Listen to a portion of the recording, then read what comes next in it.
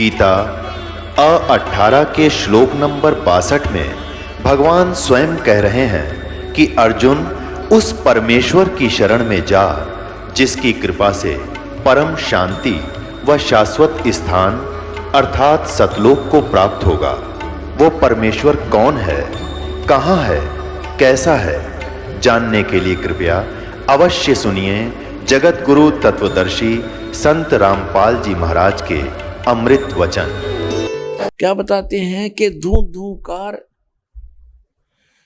आद का मेला नहीं था जब कोई गुरु ना चेला, और तब जब का तो हम योग उपासा तब का फिरूं अकेला।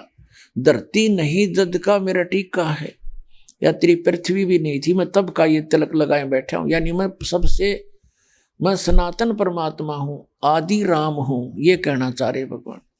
धरती नहीं जद की टोपी, दीना ब्रह्मा नहीं जद का टीका, और शिव शंकर से योगी ना थे जब का जोड़ी सिक्का। द्वापर की हम करी फावड़ी, त्रेता का हम दंडा, और सतयुग मेरी फिर दुहाई, और कलयुग फिरो नौखंडा। गुरु के वचन साध की संगत अजर अमर घर पाया, कह कबीर सुनो हो गोरख हम सबको तत्व लखाया। कबीर साहब कहते हैं सुन ले गोरख, ये तत्व ज्ञान सबको मैंने ही बताया है। इस बात से गोरखनाथ जी अक्षुब्ध हो गए और कहने लगे तेरी क्या उम्र है, तू ऐसी बात बना रहा है कि मैं शंकर जी से भी पहले का हूं। क्या बताते हैं कि जो बुझे सोए बावरा, क्या है उम्र हमारी। क्या बताते हैं असंख्य युग पर ले गए हम तब के ब्रह्मचारी, और कोट निरंजन हो गए ये परलोक सिधारी। हम तो सदा महबूब हैं स्वयं ब्रह्मचारी, अरबों तो ब्रह्मा गए, और तेरे 49 करोड़ कन्हैया, और 7 करोड़ तेरे शंभू मर गए, मेरी एक नहीं पलैया। ओए होए, परमात्मा कहते हैं कि अरबों तो ब्रह्मा मर गए, और 49 करोड़ ये तेरे विष्णु, और 7 करोड़ तेरे शंभू मर लिए, मेरी एक भी पल आयु की खत्म नहीं हुई है, मेरी इतनी लंबी उम्र है। कोटन नारद हो गए मोहम्मद से चारी, और देवताओं की गिनती कहाँ, क्या सृष्टि बेचारी। नहीं बूढ़ा ना बालक ना कोई भाट भिखारी, परमात्मा कहते हैं ना मैं बूढ़ा ना मैं बालक, ये तो ऊपर तो दिखा रखा है सारा खेल, ना कोई भाट भिखारी, कह कबीर सुनो हो गोरख यह है उम्र हमारी। अब गोरखनाथ जी ने सोचा भाई यूं बालक बहुत बकवाद करे है, और लोग ताड़ी पीटे, जो वहां बैठे थे वो ताड़ी पीटे। अकबर कबीर साहब ने तो तोड़ पाड़ दिया, तो गोरखनाथ ने सोचा भाई यो तो 1-2 बार ताड़ी पीट दी तू हार जाएगा। तो उसने बात करना बंद, और वहां से उठा सिद्धि से, और त्रिशूल जो 6-7 फुट ऊंचा था, जमीन से उठकर त्रिशूल के ऊपर ऐसे आसन लगाकर बैठ गया। त्रिशूल के ऊपर ये देखिएगा चित्र, वो देखने का सामने, ये त्रिशूल पर बैठ गया ऐसे। परमात्मा ने कहा कि गोरखनाथ ये जादूगरी दिखाने की बात नहीं हुई थी आपकी और हमारी, आपकी और हमारी जो आज चर्चा चलेगी वो आध्यात्मिक ज्ञान पे कही थी, आपने गोष्ठी की बात कही थी। ये जादूगरी दिखाने की आवश्यकता नहीं है, बैठ कर बात करनी चाहिए आके। तब नानक गोरखनाथ कहने लगा तुम्हारे पास कोई भक्ति है ही नहीं, तुम तो बातें बातें बनाते हो। अगर है तुम्हारे पास कोई भक्ति तो बैठ मेरे बराबर में, मेरे बराबर में बैठने वाले से मैं गोष्ठी करूंगा। परमात्मा दानकते थे जुलाए, ये जुलाए सारी सृष्टि के बनाने वाले, और साथ में वह रोल कर रहे थे जुलाए का। पहले पुराने समय में आपने देखा होगा हमारी दादी माताएं चरखा काटा करती, और उसकी एक कुकड़ी हुआ करती, ताकू के ऊपर एक बहुत बड़ा धागा इकट्ठा हो जाता था, जैसे आजकल उसको रील बोलते हैं, रील धागे की। वह कुकड़ी थी इतनी मोटी जिसमें 200 से 150 फुट लंबा धागा होता है, वह जेब में डाल रखी थी। वो तो अंतर्यामी है, सर्वज्ञ है, उनको पता था उस बालक की बुद्धि कहाँ तक जाएगी गोरखनाथ की। तो क्या करा परमात्मा ने, एक वह कुकड़ी निकाली धागे की रील जेब में थे, और उसका एक सिरा पकड़ के और ऐसे कर दिया कि चढ़ जा शिखर में। तो वो अनबंडल होगी, वो उजड़गी सारी, सीधा धागा स्ट्रेट खड़ा हो गया परपेंडिकुलर। एक धागा जमीन पर रख दिया मालिक ने, एक सिरा एक सीधा खड़ा होगा धागा ऊपर 150 फुट ऊंचा। तब परमात्मा वहां से उठे और उस धागे की अंतिम छोर में 150 फुट ऊपर जाकर विराजमान हो गए।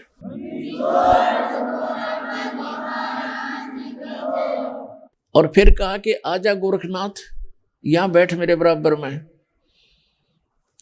मेरे बराबर बैठ, यहां करेंगे गोष्ठी। अपने आत्मा ऐसी बात नहीं थी, गोरखनाथ भी ऊपर जा सकता था, लेकिन समर्थ के सामने हम तो बालक हैं, खिलौने के बसा उसके आगे। सिद्धि क्या चीज है? जैसे वैज्ञानिकों ने ये सिद्धि कर रखी है, घड़ी चल रही है, इसकी सुई चल रही है, लोहे की ये सुई है, इसके सामने चुंबक आ जा, ये वहीं जाम हो जाएगी, या सिद्धि खत्म है। तो वो सामने चुंबक आ गया, वो परमात्मा आगे थे, उसकी सारी सिद्धि फेल, और वो उसने चाहा ऊपर न उड़ना, वो जमीन पर पड़ा, जैसे ढूंढी डिग जाएगी, गुद दे ही पड़ा। उसके सारे होश ठिकाना आ गए कि भाई आज तक तो ऐसा झटका मैंने जिंदगी में कभी लगाया नहीं था। तो कहते गोरखनाथ सिद्धि में फूल्या, गोरखनाथ सिद्धि में भूल्या, टूने टामन हंड है फूल्या। और जंतर मंत्र जोग निभाई, योग और काल चक्र जमजोरा खाई। और तो इस सिद्धि में अंडी पाक रहा था, भगवान बन बैठा था, और परमात्मा के सामने वो फ्यूज हो गया और जमीन पे ऐसे पड़ा, गद्दे ही पड़ा। जब उसका समझ में आई कि तो बात बिगड़ गई भाई, तब वो समझ गया। कहते हैं संकेत ही काफी होता है समझदार को, आगे बाग दे तड़वान की जरूरत नहीं है। तभी कह दिया महाराज जी नीचे आओ, आपसे 2 बात करूंगा। परमात्मा 4 महीने होते इसकी बुद्धि ठिकाना आ जा, आगे एक बोल, तो वो सारा कुछ सेट हो गया, तो बात समझ में आ गई। फिर ने बोला, हे भगवान आप कौन हो और कहाँ से आए हो? आप दिखो एक जुलाहा से धानक, और आपका क्या? तब क्या बताते हैं परमात्मा के अवधूत गोरखनाथ, अवधू अवगत से ही चल आया, मेरा कोई भेद मुर्म ना पाया। अवधू में अवगत से चला आया, उस सतलोक से जिसकी किसी को गति नहीं, किसी को ज्ञान नहीं, और कोई मेरा भेद मर्म ना पाया। क्या बताते हैं? मात पिता मेरे कछु नाही, ना मेरे घर दासी, जुल्हे का सुत आने कहाया, यो जगत करे मेरी हासी। ना मेरा जन्म ना गर्भ बसेरा, बालक बन दिखलाया, काशी नगर जल कमल पर डेरा, तहां जुल्हाए न पाया। परमात्मा बताते हैं, ना मेरा जन्म ना गर्भ बसेरा, बालक बन दिखलाया, काशी नगर जल कमल पर डेरा, तहां जुल्हाए न पाया। मात पिता मेरे कछु नाही, ना मेरे घर दासी, जुल्हे का सुत आने कहाया, यो जगत करे मेरी हासी। 5 तत्व का धड़ नहीं मेरे, मैं जानू ज्ञान अपारा, कि तेरे जैसा शरीर नहीं है मेरे 5 तत्व का। धर्मदास जी से भी कहा था कि धर्मदास नरक पर कह देख, नहीं तुम जैसी मेरी देही। 5 तत्व का धड़ नहीं मेरा, मैं जानू ज्ञान अपारा, सत्य स्वरूपी नाम साहिब का, ओहे नाम हमारा। अदर दीप सतलोक में, अदर द्वीप गगन गुफा में, तानिज वस्तु सारा, तेरा ज्योत स्वरूपी अलख निरंजन, वो धरता ध्यान हमारा। पुण्यात्माओं, ये अमृतवाणी परमात्मा की 600 वर्ष पहले उच्चारित है। ये लाल थे हीरे मोती, चारों युग में संत पुकारे, कुख कया हम हेल रे, हीरे माणिक मोती बरसे ये जग चुगता ढेल रही है। ये हीरे मोती रूपी वाणी है भगवान की। जैसे श्रीमद् भगवत गीता का ज्ञान युग ज्योत स्वरूपी निरंजन सरपुरुष दे रहा है श्री कृष्ण जी में प्रवेश होकर। और ये कह रहा है गीता अध्याय नंबर 18 के श्लोक नंबर 62 में कि अर्जुन तू सर्वभाव से उस परमेश्वर की शरण में जा, उसकी कृपा से तो परम शांति को और सनातन परम धाम को प्राप्त होगा। 18वें अध्याय के 63वें श्लोक में कहता है गीता ज्ञानदाता कि मैंने यो गीता का ज्ञान जो कहना था कह दिया तेरे ताई, अब तेरी जो समझ में आओ वो कर ले। मेरी शरण में रहना है तो युद्ध करना पड़ेगा, जन्म मृत्यु तेरी भी रहेगी मेरी भी रहेगी, परम शांति नहीं हो सकती। उस परमेश्वर की शरण में जाना है तो तत्वदर्शी संत की खोज कर ले। चौथे अध्याय के 34वें श्लोक। अब 18वें अध्याय के 63वें श्लोक में कहता है कि अर्जुन तूने जो अब विचार कर ले, फाइनल फैसला करे। 18वां अध्याय लास्ट अध्याय हो गया गीता का, लास्ट ये श्लोक आगे। और कहते ही तेरे को मैंने गुप्त से गुप्त ज्ञान बता दिया। और फिर कहता 18वें अध्याय के 64वें श्लोक में कि एक गुप्त से गुप्त और बताऊं कि जिसके विषय में मैं कह रहा हूं उसकी शरण में जा। 18वें अध्याय के 62वें श्लोक में वो मेरा भी इष्ट देव है, मैं भी उसी की भक्ति करता हूं। देखो, और यहां परमात्मा कह रहे हैं अदर दीप और गगन गुफा में तानिज वस्तु सारा, तेरा ज्योत स्वरूपी अलख निरंजन वो धरता ध्यान हमारा। हाड चाम लहू ना मेरे मैं कोई जाने सतनाम उपासी, तारण तरण अभय पद दाता मैं हूं कबीर अविनाशी। हाड चाम लहू ना मेरे कोई जाने सतनाम उपासी, तारण तरण अभय पद दाता मैं हूं कबीर अविनाशी। अब गोरखनाथ जी को समझाया कि गोरखनाथ मैं यहाँ लीला की है, ना मेरा जन्म ना मैं किसी माँ के गर्भ में रहा, एक बालक बनकर मैंने लीला की, वहां से जुलाहा उठा लाया। या दुनिया मेरी हंसी करे है कि जुलाहा दान कह के मुझे पहचान नहीं पा रहे। फिर सारा कुछ सुनकर यो मन जल्दी सी हार मानता नहीं। गोरखनाथ ने कहा उसके पास एक सिद्धि और थी, एक सिद्धि जो गुप्त छुपावे, एक सिद्धि आकाश से उड़ जावे। गोरखनाथ ने कहा कि देखो जी मैं आपकी एक परीक्षा और लूंगा। परमात्मा बोले चल भाई ले ले। क्या कैसी लेगा? तब मैं आपका शेष बनूंगा। गोरखनाथ बोले तो परमात्मा ने कहा कि बोल। वो कहने लगा जी मैं गंगा के किनारे चलो। गंगा के किनारे चले गए, साथ में थी गंगा, और कहा मैं इसमें छुपूंगा, मुझे खोज देना। परमात्मा ने कहा ठीक है छुप जा। अब गोरखनाथ जी लगा कर डुबकी मछली बन गए। परमात्मा ने साथ में लाई छलांग और पकड़ कर वह मछली और बाहर काट दी और गोरखनाथ बना के बैठा दिया।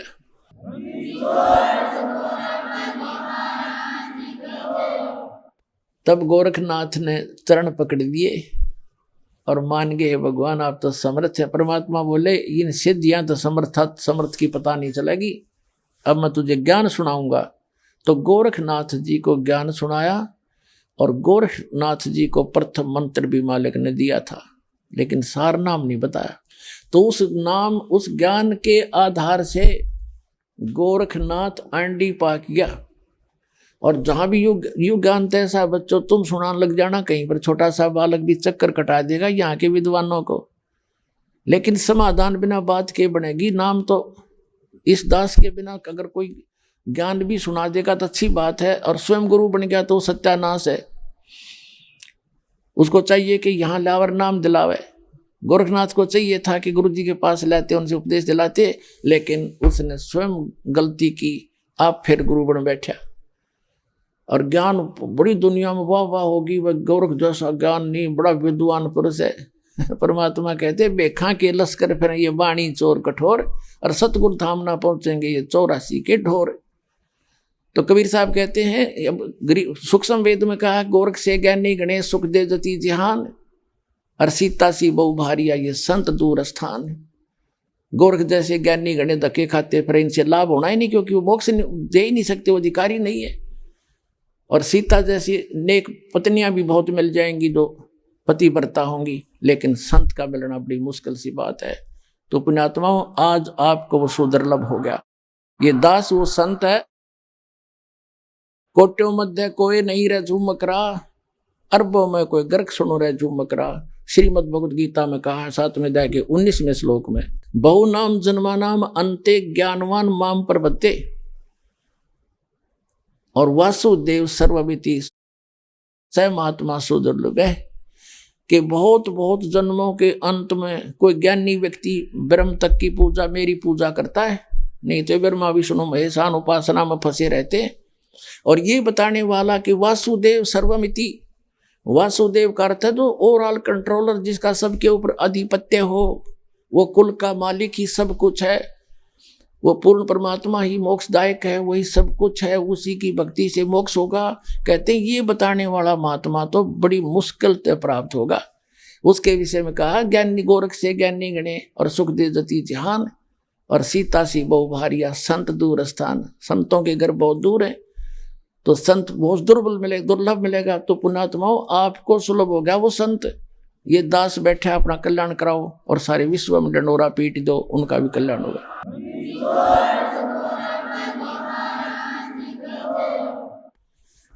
परम पिता परमात्मा पूर्ण ब्रह्म, सारी सृष्टि के रचनहार, कुल मालिक कबीर परमेश्वर जी की असीम रजा से आप सभी पुण्यात्माएं सत्संग सुनने के लिए उपस्थित हुए। धन्य है आपके माता पिता जिनसे जन्म हुआ, आपको ऐसे समय में मनुष्य जीवन प्राप्त हुआ जिसकी कोई कीमत नहीं लगाई जा सकती। वैसे तो सभी सद्ग्रंथों ने, सभी महापुरुष संतों ने मनुष्य जीवन को बहुमूल्य ही बताया है, लेकिन ये जो समय अब है, कलयुग का जो बिचली पीढ़ी बताई है परमात्मा ने, ये समय परमेश्वर ने ऐसा निर्धारित किया हुआ है कि प्रत्येक कलयुग में इसी समय में ये मोक्ष मार्ग खोला जाता है। और इस समय में आपका जन्म अब पूरे विश्व के जितने भी प्राणी हैं जिनको मानव शरीर प्राप्त है, धन्य भाग हैं उनके कि उनको मानव शरीर प्राप्त है। दुर्भाग्य उन प्राणियों का जिनको ये सच्चा नाम, सच्ची भक्ति और सच्चा ज्ञान, तत्व ज्ञान प्राप्त नहीं है। उसके लिए परमात्मा ने अपने सभी बच्चों के लिए ये प्रयत्न इस दास से करवा रखा है। रजा उस परमेश्वर की ही है, क्योंकि जैसे माता पिता को अपने सभी बच्चे प्रिय होते हैं, ऐसे ही ये परमात्मा कबीर देव है, जिसको अल्लाहु अकबर कहते हैं, जिसको ग्रेट गॉड कहते हैं। ये हम सभी का पिता है और यही हमारी माता है, क्योंकि इसके वचन से हम सभी आत्माओं की उत्पत्ति हुई है। इस परमात्मा में वो गुण हैं, त्वमेव माता च पिता त्वमेव, त्वमेव बंधु च सखा त्वमेव, त्वमेव विद्या च द्रविणम त्वमेव, त्वमेव सर्व मम देव देव। सब देवों के देव, सब परमात्माओं के परमात्मा, सब प्रभुओं के प्रभु ये कबीर साहब हैं, ये परम अक्षर ब्रह्म हैं। और हम सभी इसी के बच्चे हैं। चींटी से लेकर हाथी तक सभी प्राणियों में, और रंग से लेकर धनी तक, पर्दा से लेकर राजा तक, उस एक परम पिता के सभी बच्चे हैं। तो उस परमात्मा ने, उस माता ने, उस पिता ने हम सभी बच्चे एक जैसे ही प्रिय हैं। अपने कर्मों के कारण हम भले ही कोई कुत्ता, कोई गधा, कोई सूअर बना है, उनका भी दुख उस परमात्मा को है, क्योंकि परमात्मा चाहते हैं कि प्रत्येक प्राणी इस ज्ञान को स्वीकार करे, परमात्मा के दिए हुए इस विधान को समझे और ये सभी यहाँ से निकल जाएं। ये पृथ्वी एक कैद है, 21 ब्रह्मांड है वैसे तो इस काल के, जिनको हम जन्नत कहते हैं, स्वर्ग कहते हैं, जिसको हम हेवन कहते हैं। इस काल के 21 ब्रह्मांड का जो हेवन है, जन्नत है, स्वर्ग है, ये भी एक जेल है। 3 लोक और भवन चतुर्दश सब ही जम की जेल रे, इस काल की जेल में है। तो इस जेल से निकलने का सुअवसर अब प्राप्त है। और जो दास ये मार्ग भक्ति का आपको बता रहा है, ये गॉड गिवन है, कंप्लीट गॉड गिवन और कंप्लीट स्पिरिचुअल नॉलेज है। ये पूर्ण परमात्मा का दिया हुआ है, बताया हुआ है और संपूर्ण अध्यात्म ज्ञान है। और ज्ञान सब ज्ञान डी, कबीर ज्ञान सो ज्ञान, और जैसे गोला तोब का अब करता चले मैदान। तो पुण्यात्माओं, मानव शरीर बहुत ही अच्छी आत्माओं को, पुण्यकर्मी प्राणियों को प्राप्त होता है। हम अध्यात्म ज्ञान के अभाव से इस अनमोल मनुष्य जीवन को पशु पक्षियों जैसी क्रिया करके ही समाप्त कर जाते थे। और जो पुण्यात्माएं साधना करने की चेष्टा भी करते थे पूर्व जन्म की प्रेरणा से, उनको यथार्थ ज्ञान न होने से उन्होंने हजारों वर्षों तक साधनाएं की, तप किए, जप किए। उन्होंने वो साधनाएं शास्त्र विधि त्याग कर किसी लोक वेद के आधार से की, किसी की सुनी सुनाई की, जो श्रीमद् भगवत गीता अध्याय नंबर 16 के श्लोक 23 और 24 के विपरीत हैं, जिसमें कहा है कि शास्त्र विधि को त्याग कर जो मनमाना आचरण करते हैं, उनको न तो कोई सुख होता है और न ही उनकी गति होती है और न ही उनको कोई सिद्धि प्राप्त होती है, अर्थात व्यर्थ, यूजलेस। तो अभी तक हम यूजलेस साधना करते रहे, अब यूजफुल साधना हमारी अब प्रारंभ हो रही है। धन्य हो आप पूरे विश्व के प्राणी जो मानव शरीर प्राप्त हैं, और उनसे भी धन्य है जिनको ये मार्ग स्वीकार हो गया, ये भक्ति विधि मिल गई। तो उन पुण्यात्माओं में से आप हैं जिनको इस दास से दीक्षा प्राप्त है। आज विश्व का मानव अन्य प्राणियों से भी दुखी है, पशु पक्षियों से भी दुखी है, क्योंकि हमारे पूर्व जन्म के जो पुण्य थे वो अक्षीण हो चुके हैं, क्योंकि हम चौथे युग में जन्मते जन्मते आ चुके हैं। अपने पुण्यों का अभाव कर लिया, अक्षीण कर लिया पुण्यों को, और हमारे पास अब केवल पाप शेष रह रहे हैं।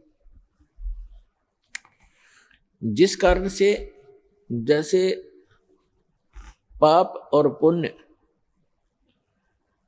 ये 2 पहलू हैं, पुण्य से सुख होता है, पाप से दुख होता है। हमने सुख की परिभाषा का पता नहीं आपको, हमको अभी तक पता नहीं था, तो हम इसको सुख मान रहे थे। जिसके पास एक बढ़िया कार हो, अच्छी कोठी हो, कोई फैक्ट्री हो, या कोई अच्छी पोस्ट प्राप्त हो, कोई पद बना हो उसका, डॉक्टर, इंजीनियर, आईएएस, आईपीएस या जज, या कोई मंत्री, मुख्यमंत्री, प्रधानमंत्री बनकर बड़ी बड़ी गाड़ियों में चलता हो, तो हमने इस सुख की परिभाषा बस इतना ही ज्ञान था। ये सुख नहीं है, ये तो बाह्य दिखावा है। प्रत्येक प्राणी टेंशन लिए फिरता है, प्रत्येक प्राणी, 99% व्यक्ति टेंशन से ग्रस्त हैं। तो हम इसको सुख मान रहे थे। सुख नाम की कोई वस्तु नहीं इस 21 ब्रह्मांड में। तो परमात्मा चाहते हैं कि आप यहां से निकलो, इस झूठे सुख को भूलो, इससे परिचित हो जिसको तुम सुख मान बैठे हो। कबीर साहब कहते हैं झूठे सुख को सुख है, ये मान रहा मनमोद, ये सकल चबीना काल का, कुछ मुख में कुछ गोद। यहां सब ये काल का आहार है। इस झूठे सुख को आप सुख मान बैठे हो, ये सुख नहीं है। आज आप जिसको सुख मानते हो उस व्यक्ति के पास सभी सुविधाएं उपलब्ध हैं। अच्छा मंत्री है, मुख्यमंत्री है, सब सुविधाएं हैं, पुत्र भी हैं, पुत्री भी हैं, आगे संतान भी ठीक है। तो इसको हमने सुख मान रखे और 1 मिनट में मृत्यु हो जाती है, 1 सेकंड के अंदर मृत्यु हो जाती है। फिर वो सुख कहाँ गया उसका? फिर कहीं गधा बनकर, कुत्ता बनकर गली में खड़ा होगा, खा के ये सुख। तो परमात्मा याद दिलाते हैं कि तन धर सुखिया कोई ना देखा, जो देखा सो दुखिया हो। उदय अस्त की बात करत है मन सबका, किया विवेका। शरीरधारी प्राणी यहां इस पृथ्वी लोक के जो कच्चे शरीरधारी प्राणी हैं, कहते परमात्मा कहते मैंने कोई इस पृथ्वी पे सुखी नहीं देखा। और जो उदय अस्त की बात करते हैं, उदय अस्त का अर्थ है चक्रवर्ती राजा, जिसका शासन पूरी पृथ्वी पर हो। परमात्मा कहते हैं मैंने उनके भी अंदर से झांक कर देखा है। राजा के पास कोई साधु संत चला जाता है, ढेर सारे दुख बता देता है, महाराज मुझे ये तकलीफ है, महाराज मुझे ये तकलीफ है, महाराज मुझे ये कष्ट है। तो परमात्मा कहते हैं उदय अस्त की बात करे मन सबका, किया विवेका हो। फिर क्या बताते हैं? जंगम दुखिया जोगी दुखिया, कहते हैं तंदर सुखिया कोई ना देखा, जो देखा सो दुखिया हो। उदय अस्त की बात करत है मन सबका, किया विवेका हो। घाटे बाद सब जग दुखिया, क्या गरही बैरागी हो। और सुखदेव ने दुख के डर से गर्भ में माया त्यागी हो। फिर कहते हैं जंगम दुखिया जोगी दुखिया, और तपस्वी को दुख दूना हो। और आशा तृष्णा सब में व्यापे, कोई महल ना सुना हो। फिर परमात्मा कहते हैं कि साच कहूं तो जग नहीं माने, पर झूठ कही ना जाई हो। और ये ब्रह्मा विष्णु महेश्वर दुखिया, जिनने ये राह चलाई हो। फिर परमात्मा अंत करते हैं इस कहानी का, कहते हैं सुरपति दुखिया। सुरपति इंद्र, स्वर्ग का राजा, देवताओं का स्वामी। सुरपति दुखिया, भूपति दुखिया। भूपति माने पूरी पृथ्वी का शासक राजा। सुरपति दुखिया, भूपति दुखिया। और रंक दुखी बपरीती हो, कहे कबीर और सब दुखिया। एक संत सुखी मन जीती हो। अब निष्कर्ष कर दिया दाता ने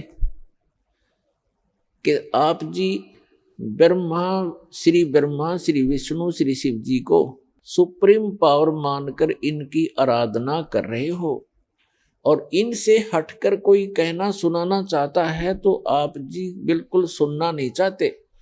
तो परमात्मा कहते हैं कि साच कहूं तो जग का जचे नहीं, इस संसार मानना नहीं कि ब्रह्मा विष्णु महेश भी दुखिया, पर झूठ कही ना जाई हो।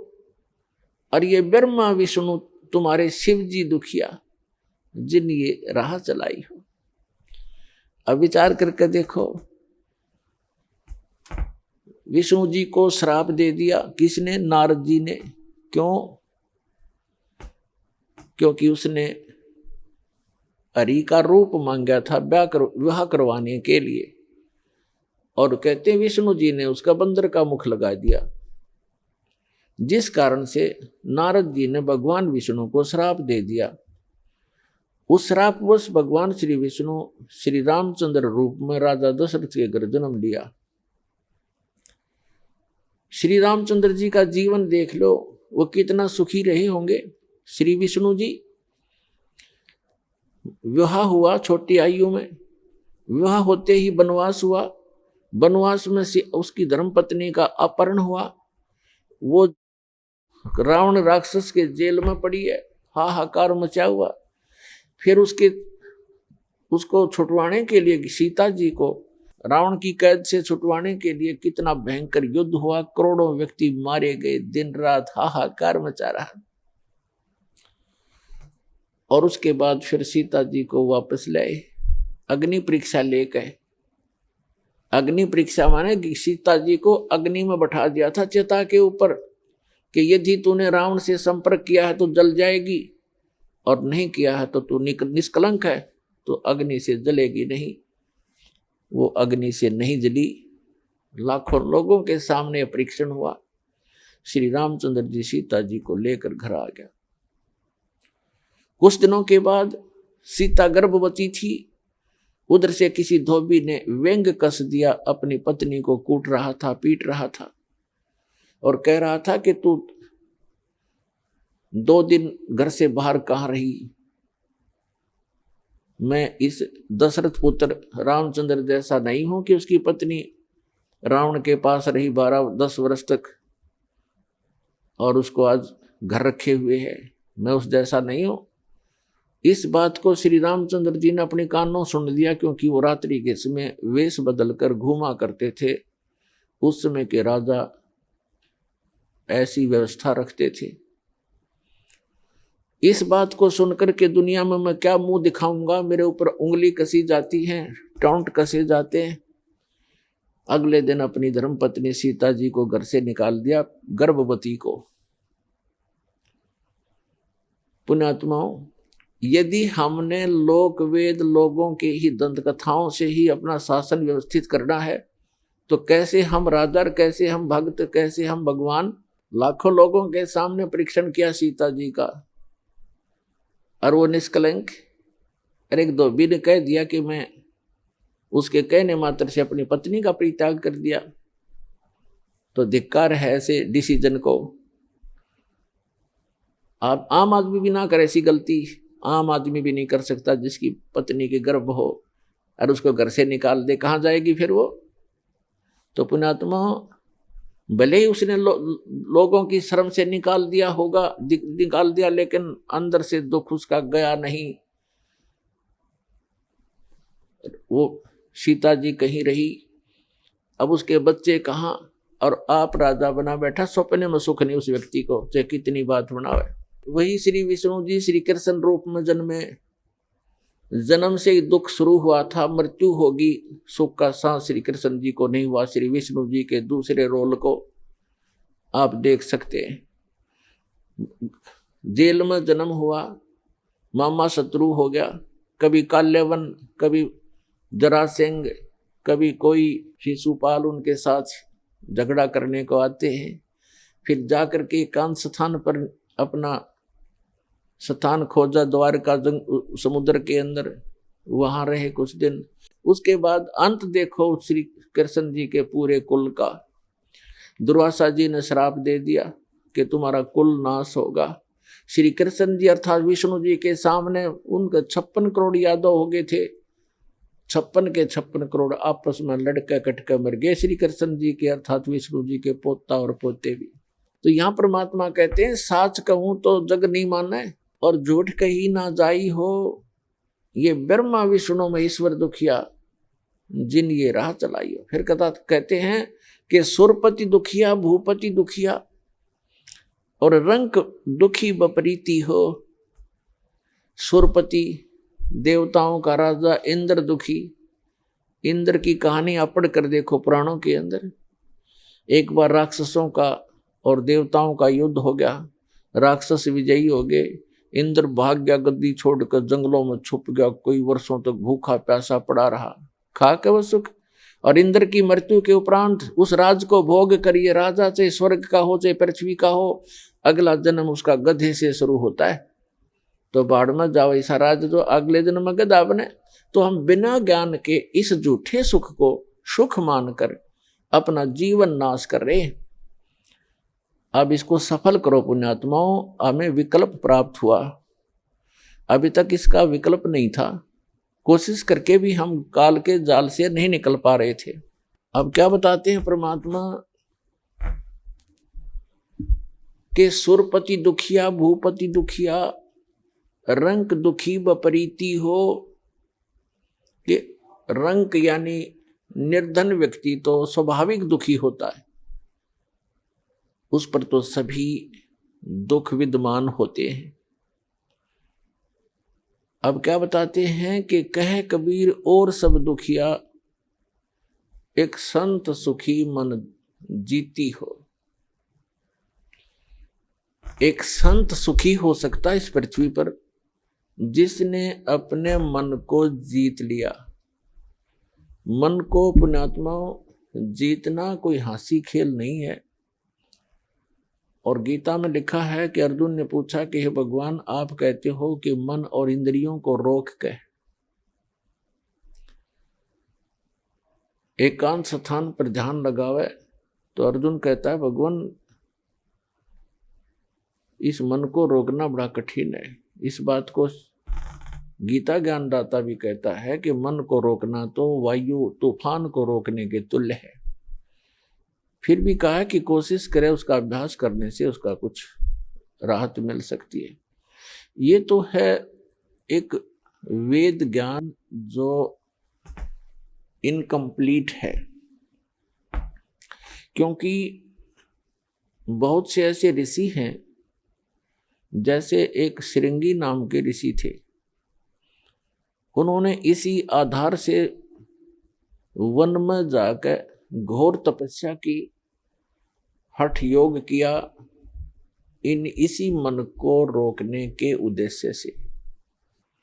पुण्यात्मा, तत्व ज्ञान न होने से हम मनमुखी साधनाएं और अज्ञान के आधार से ये जीवन नाश करते रहे। जनसाधारण ये सोचा करता था कि बड़े महर्षि हैं, ऋषि हैं और बड़ा कठिन तप कर रहे हैं। उसके विषय में सूक्ष्म वेद में परमेश्वर ने आकर स्वयं बताया है कि डंब करें डूंगर चढ़े, अंतर जिन्नी झूल और जग जाने ये भक्ति करें, ये बोवें सूल बबूल। ऊंचे स्थान पर बैठते हैं, कोई पहाड़ पर, कोई ऊंचे से स्थान पर के दूर तक दिखाई देऊं मैं कहीं साधना कर रहा है कोई संत। डंब करें, डंब माने पाखंड करते हैं, लोग दिखावा करते हैं। डंब करें डूंगर चढ़े, डूंगर माने पहाड़ पर ऊंचे स्थान पर चढ़ जाते हैं। अंतर झीनी झूल, अंदर जो की तू बकवाद भरी है, और जग जाने यो भक्ति करे, ये बोवे सूल बबूल। अपने भविष्य में ये कांटे बो रहे हैं तत्व ज्ञान के अभाव से। उसके लिए क्या बताते हैं परमात्मा कि एक श्रृंगी नाम के ऋषि थे। उन्होंने ऐसे ही अपने इसी अज्ञान आधार को प्रमुख रखकर वन में चले गए, फॉरेस्ट के अंदर बैठ गए जाकर, हठ योग किया। इन्होंने क्या सोच रखा है कि पहले अपनी इंद्रियों को काबू करें, और ताकि ये भक्ति में फिर बाधक ना हो। इस उद्देश्य को लेकर के दूसरा वो रखते हैं कि जैसे वन में चले भी गए तो भूख प्यास सताती है। उसके लिए ये महापुरुष क्या करते हैं कि खेचरी मुद्रा का प्रयोग किया करते थे। खेचरी मुद्रा, जैसे कई पंथ हैं, जैसे ये अंसा देश वाले तो इससे गाटा जोड़ रहे हैं। खेचरी मुद्रा, जीभ को उलट कर तालू पर लगा ले और कान बंद करके ये नाद क्रिया, ये तो बालकों के खिलौने हैं। इस मन कल्पित ये अपना एक ड्रामा है इस जीवन को नष्ट करने का। तो इसी आधार से श्रृंगी ऋषि ने अमृत क्रिया को सिद्ध किया।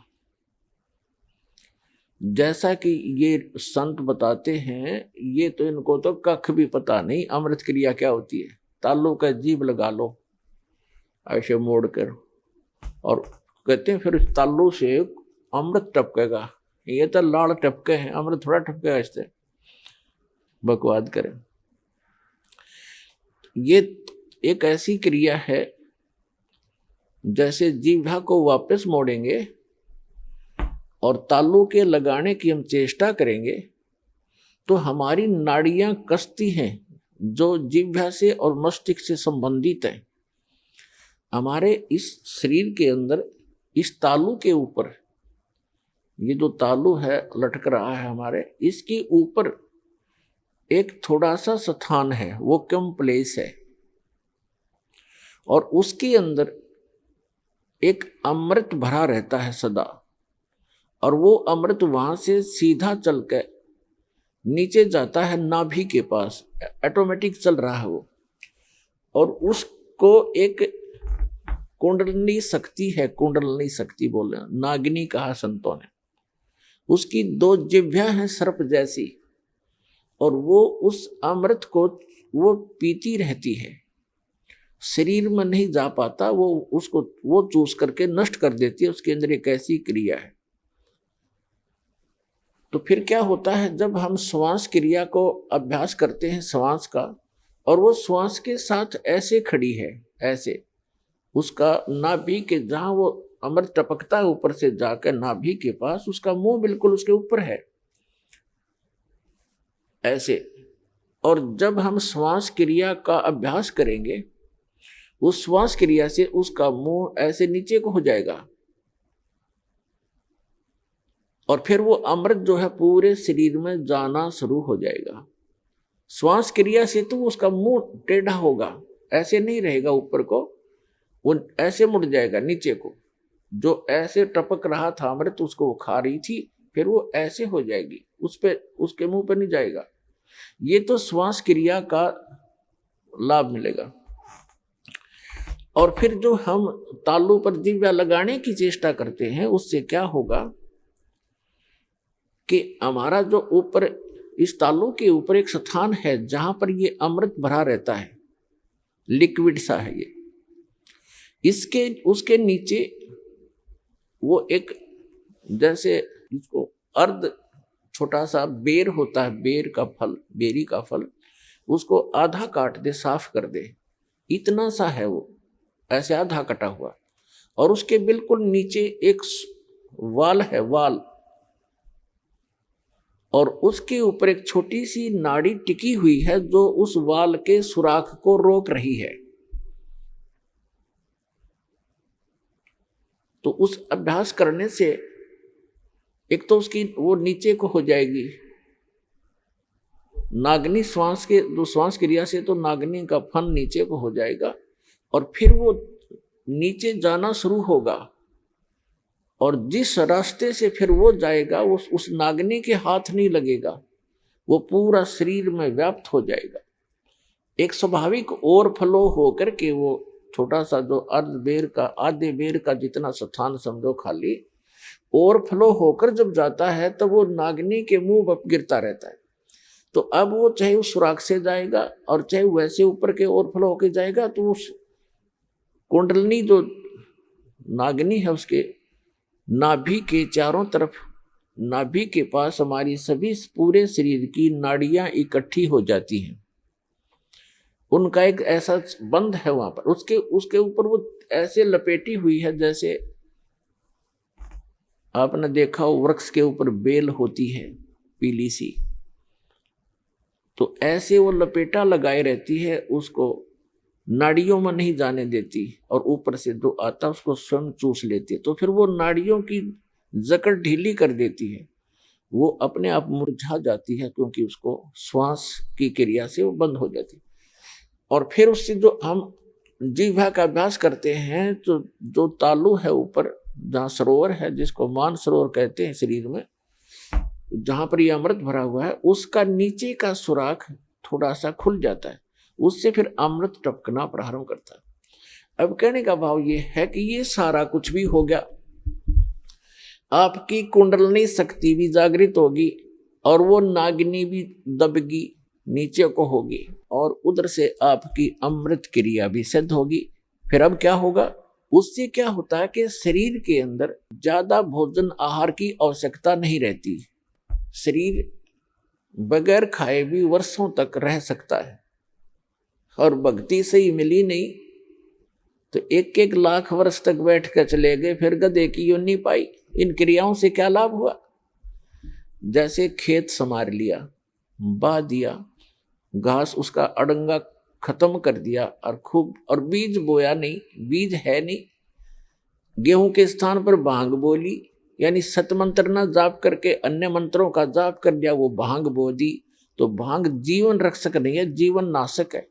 तो अन्य मंत्रों से सिद्धियां आ गई इन ऋषि महर्षियों के पास, जो इनके जीवन की नाशक बन गई। आम जनता में तो ये ऐसे हो गए जैसे प्रभु पाक के आम, जैसे जनसाधारण के लिए तो ये बहुत बड़ी बात होगी। जैसे अगस्त ऋषि जी ने सारे जीवन में डले डोक है एक सिद्धि प्राप्त की, सातों समुद्रों को एक ही घूंट में पी लिया, और फिर प्रार्थना करने पर इनको वापस छोड़ दिया। तो फिर क्या अमर हो गया? आम आदमी के लिए तो बहुत बड़ी पहाड़ है, 1 क्विंटल पानी नहीं पी सकता एक आदमी, तो 10 किलो मुश्किल से पिया जा को गढ़ाई मर पड़ के, और उसने सातों समुद्रों को पी लिया। तो जनसाधारण के लिए तो भगवान सिद्ध हो गया वो, लेकिन कख नहीं था। वेदात्म ज्ञान की तराजू में उसको तोल कर देखेंगे -0 था वो। अब जैसे प्रसंग चल रहा है, एक श्रृंगी ऋषि था, उसने ऐसी ये अमृत क्रिया सिद्ध करके और पूरे शरीर को साध लिया जैसा वो सोच रहे थे।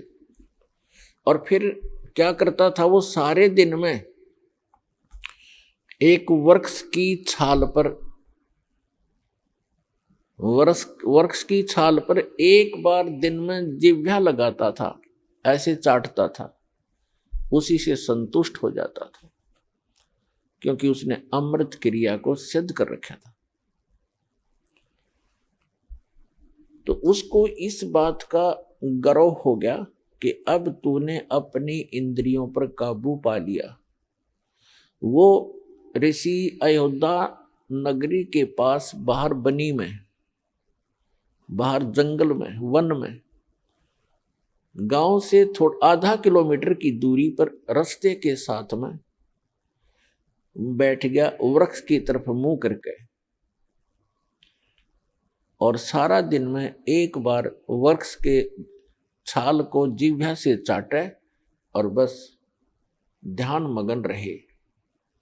कुछ ही दिनों में आने जाने वालों ने देखा कि एक महापुरुष बैठे हैं, ना खाते हैं, ना पीते हैं, ना सोते हैं और ना उठते हैं।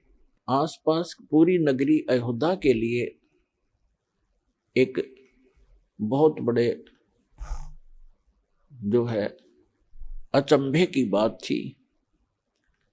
नगर के लोग देखने जाने लगे, सारा दिन बैठे रहते थे, सारी रात बैठे रहते थे। जब उनको पक्का यकीन हो गया कि सचमुच महापुरुष के ये तो भगवान से मिल चुका है, सारे नगर में तहलका मच गया।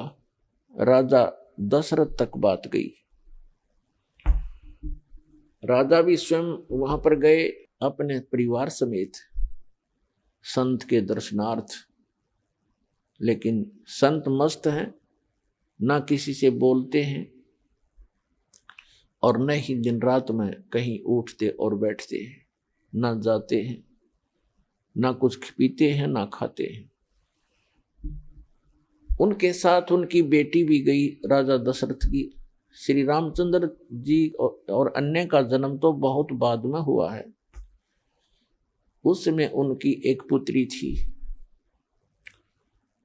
अब राजा की लड़की प्रतिदिन अपनी नौकरानियों के साथ वहां जाने लगी। उसने किसी वैद्य को बुलाकर पूछा, किसी व्यक्ति से, कि ये ऋषि बात करे तब बात बने, कोई आशीर्वाद प्राप्त करें हम।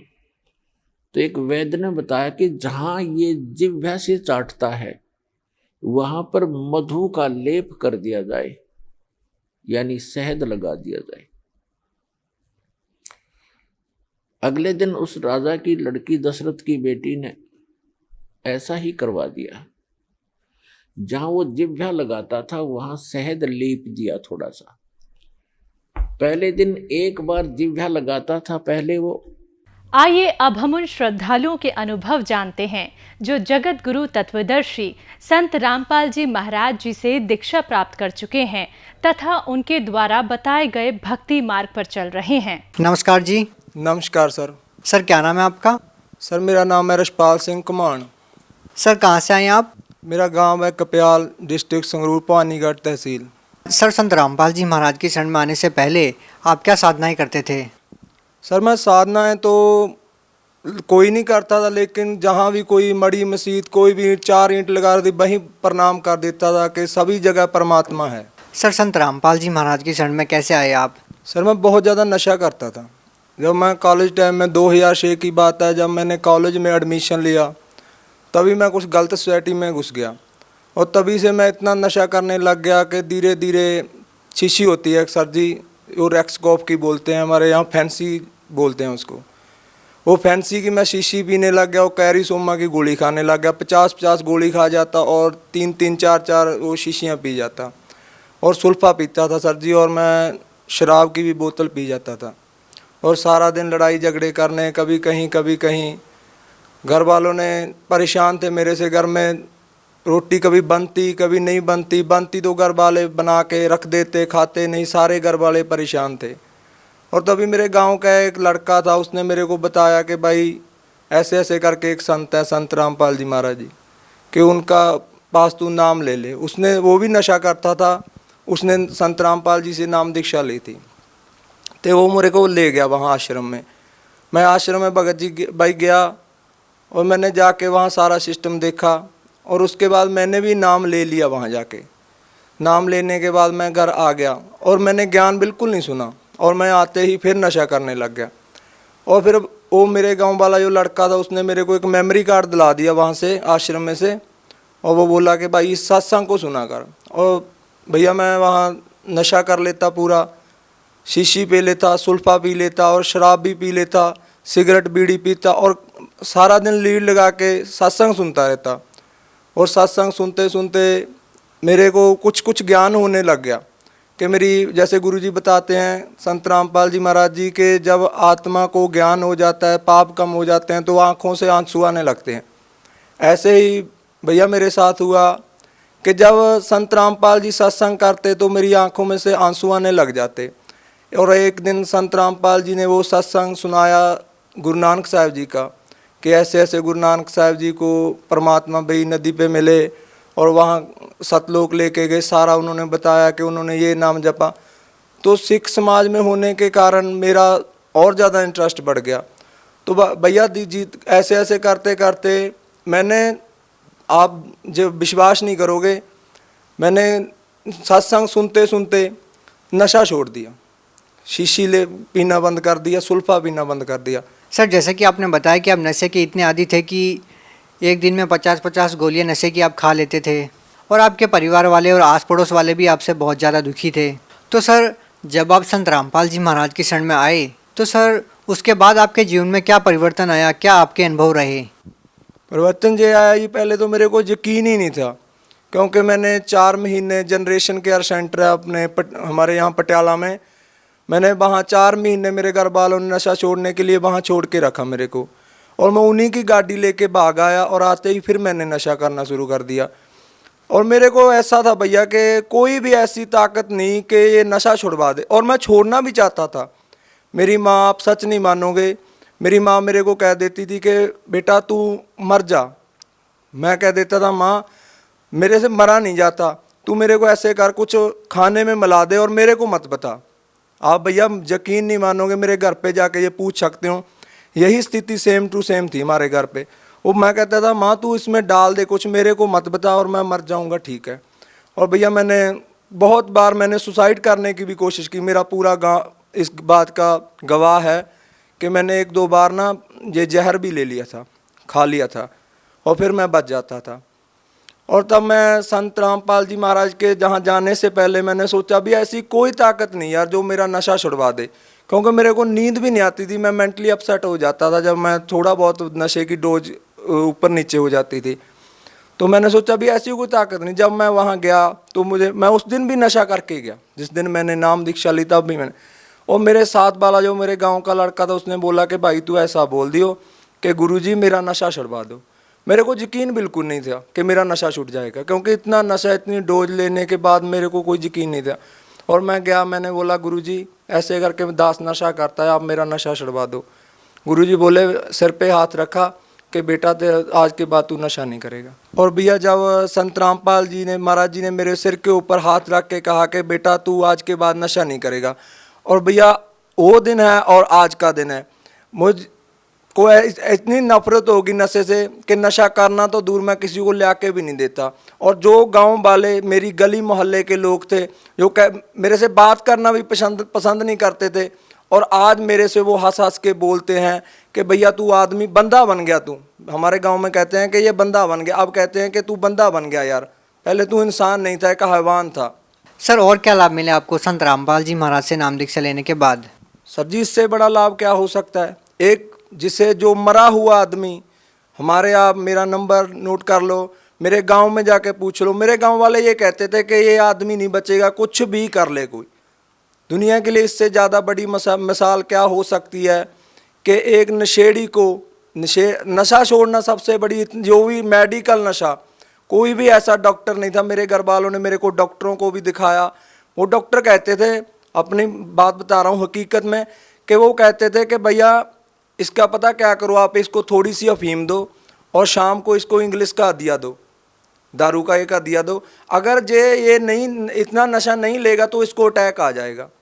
आज मैं देख लो अपना सारा खेती का काम करता हूँ, कुछ अपनी ज़मीन है, कुछ मैं ठेके पे ले लेता हूँ, कम से कम 60-70 बीघा की खेती कर रहा हूँ, जबकि वो कहते थे कि ये बच ही नहीं पाएगा, इसको अटैक आ जाएगा यदि इसने नशा छोड़ दिया। इससे बड़ा लाभ क्या होगा। और मेरे माता पिता आज भी कहते हैं कि यदि वो आपके गुरुजी संत रामपाल जी महाराज जी आपके ऊपर दया ना करते तो दो महीने भी नहीं जी सकता था।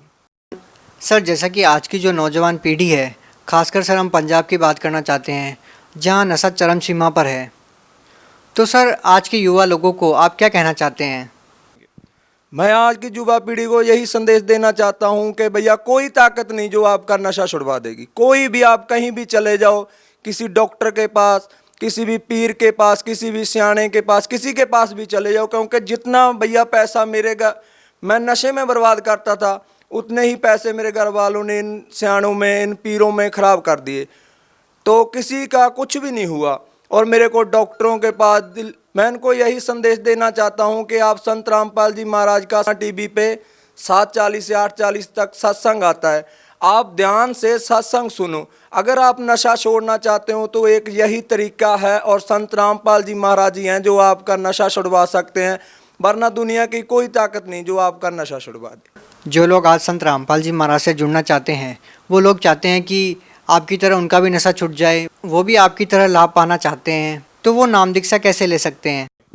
वो नाम दीक्षा भैया ऐसे ले सकते हैं जैसे कि सत्संग आता है टीवी पे, उसके नीचे एक पट्टी आती है, उस पट्टी के ऊपर यदि आपने बुक मंगवानी है तो वो भी नंबर है, वो नंबर है सारे दिए हुए हैं, उन नंबरों पे कांटेक्ट करो और बताओ कि आप कौन से ज़िले से हों। और हर एक ज़िले में लगभग आज नामदान केंद्र हैं, आप वहाँ से जाके नामदान लो और संत रामपाल जी से होने वाले लाभ उठाओ। जो भी आपके दुख तकलीफ हैं, संत रामपाल जी कहते हैं कि सबसे पहले हम उसके दुख तकलीफ दूर करते हैं जो हमारी शरण में आता है। भैया एक ये भी बात है कि अगर हमारे दुख नहीं दूर होंगे, हमें कोई टेंशन है, दुख है, तो हम भक्ति भी नहीं कर पाएंगे। और संत रामपाल जी एक ऐसे संत हैं जो सबसे पहले दुख दूर करते हैं। अगर आप देखना भी चाहते हो कि वाकई ये लाभ होते हैं या नहीं, पहले ज्ञान समझो, फिर नाम लो, उसके बाद देखो। जी धन्यवाद। नमस्कार।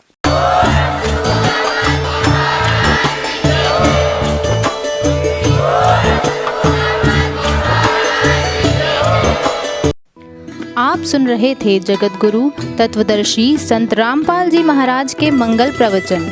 अधिक जानकारी के लिए संपर्क करें।